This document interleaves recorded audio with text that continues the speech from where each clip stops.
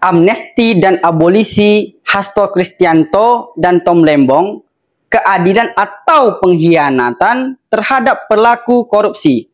Mari kita bahas. Assalamualaikum warahmatullahi wabarakatuh. Waalaikumsalam warahmatullahi wabarakatuh. Baik, kembali lagi bersama kami berdua di dunia hukum. Jadi Indonesia belakangan ini dihebohkan kembali oleh beberapa kasus. Nah, kita angkat dua kasus yang menarik perhatian kita semua, Pak. Ya.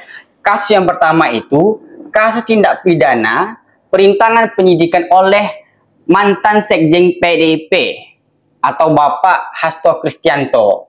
Kemudian yang kedua, kasus tindak pidana korupsi impor gula oleh Tom Lembong atau beliau ini mantan Menteri Perdagangan Indonesia. Ya.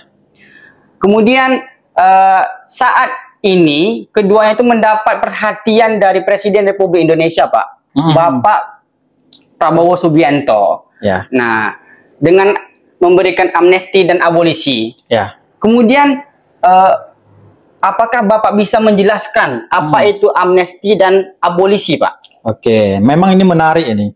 Sebetulnya amnesti abolisi itu setelah kita simak kemarin itu ada 1.116 orang juga mendapat perhatian khusus dari Bapak Presiden, terutama tentang kasus-kasus penghinaan terhadap Presiden, dan ada juga kasus makar ya di Papua yang juga ikut mendapatkan perhatian itu. Nah, sebetulnya umumnya sudah banyak yang mengetahui tentang abolisi dan amnesti.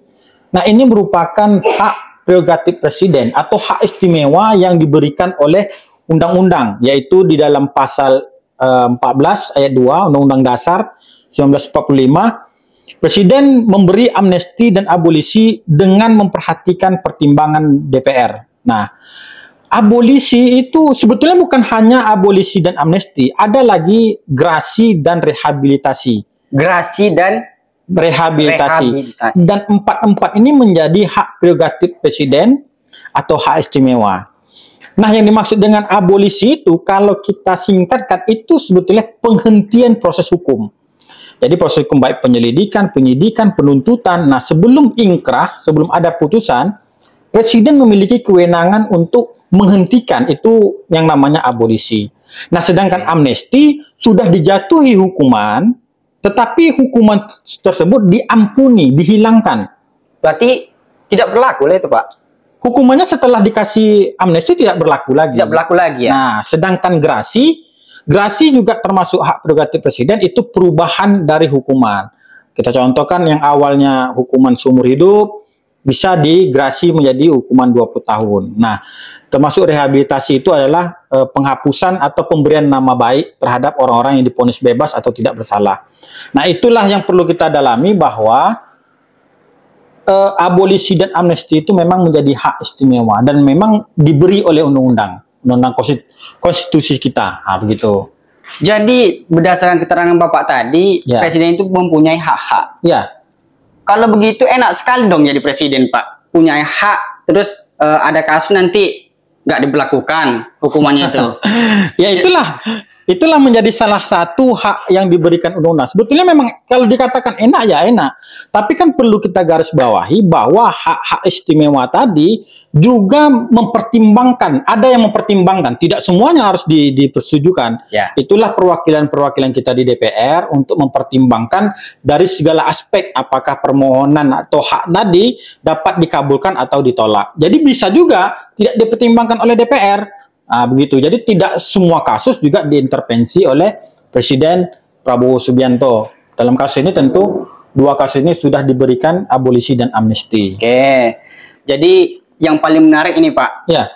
Tom Lembong ini atau kuasa hukumnya Ya. melaporkan 3 hakim ke KY, Komisi Yudisial. Ya. Kemudian ke Bawas MA juga. Ya. Badan Kemudian, pengawasan ya. Iya, ke MA juga kan.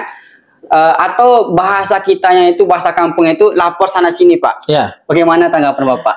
Nah, sebetulnya kita harus mengetahui dulu yang dilaporkan itu apa. Oke. Apakah terkait masalah pertimbangan hukumnya? Oke. Apakah terhadap tindakan hakimnya? Kalau kita lihat terhadap pertimbangan hukum hakim itu tentu tidak bisa dilaporkan karena itu hak mutlak hakim itu, dan itu tidak bisa diintervensi oleh siapapun. satu-satunya yang bisa mengintervensi putusan hakim ya hakim yang lebih tinggi, misalkan tingkat pertama diintervensi oleh itu putusan banding, hanya itu saja. Nah, apakah kemudian tindakan-tindakan hakim dalam pertimbangan itu menjadi suatu pelanggar kode etik? Ya kita menilai itu tidak ada hubungan sama sekali, kecuali ketika proses persidangan ada pelanggaran-pelanggaran yang nyata. Nah, itu mungkin bisa menjadi salah satu acuan untuk melapor kode etik, begitu.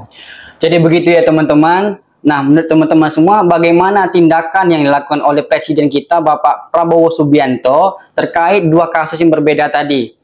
Jika teman-teman mempunyai pendapat lain selain kami, silakan tuliskan di kolom komentar. Kami akhiri. Wassalamualaikum warahmatullahi wabarakatuh. Waalaikumsalam warahmatullahi wabarakatuh.